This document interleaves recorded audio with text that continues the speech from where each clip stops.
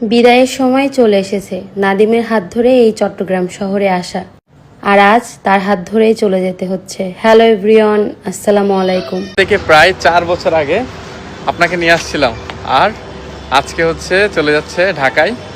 মালামাল সব তুলে দিছি। এই মুহূর্তটা সত্যি আমার জন্য অনেক কষ্টের। আমি মেনে নিতে পারছি না আমার পরিবার আমাকে ছেড়ে চলে যাচ্ছে। তারা আমাকে নিয়ে এখানে এসেছিল আর আমাকে রেখে আজ চলে যাচ্ছে। প্রায় 5 বছর হবে আমার পরিবার আমার সাথে ছিল চট্টগ্রামে। মাঝে মধ্যে তাদের সাথে দেখা করতে যেতাম, কিন্তু এখন আর দেখা হবে না। আমার সাথে অনেক দূরত্ব বেড়ে যাবে। এক এক করে সবার থেকে আমি দূরে চলে যাচ্ছি। পরিচিত তো কারোর সাথেই আমার দেখা হয় না, শুধু আপন বলতে এখানে মা খালারাই ছিল। আজ মাও চলে যাচ্ছে ঢাকাতে। ঢাকা আমাদের স্থানীয় এলাকা, আমি ওইখানেই বড় হয়েছি। যার এলাকায় সে চলে যাচ্ছে, আমার এখানে আর কিছু বলার নেই। আমি তো মেয়ে, চাইলেই আর আমার মাকে কাছে রাখতে পারবো না। এই সমাজের নিয়ম অনেক কঠিন, চাইলেও অনেক কিছু করা যায় না।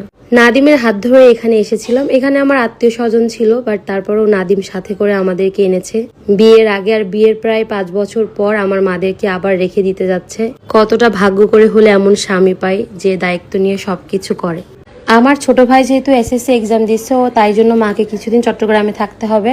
এটা কোরবানের আগের ভিডিও ছিল। অলরেডি আমার মা চলে এসেছে ঢাকাতে।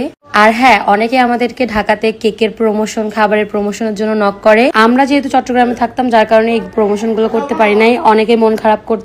অবশ্যই এখন নক দিতে পারেন, যদি ভালো হয় অবশ্যই ইনশাল্লাহ রিভিউ করে দিব। আজ প্রচুর ঝড় বৃষ্টি হচ্ছিল, দেখেন কাগজ দিয়ে নিয়ে যাচ্ছে, জিনিসের যেন ক্ষতি না হয়। কোরবানের পরে নিয়ে যেত, কিন্তু এখন যেহেতু কোরবানের জন্য সবকিছু বন্ধ, যার কারণে ইজিলি আমরা কাজগুলো করতে পারবো, তাই চলে যাচ্ছে নিয়ে। কি অবস্থা দেখুন, পুরো অন্ধকার হয়ে গেছে ঢাকাতে। আমাদের নতুন ফ্ল্যাটটা কেমন কি আপনাদেরকে অবশ্যই ভিডিওতে দেখাবো।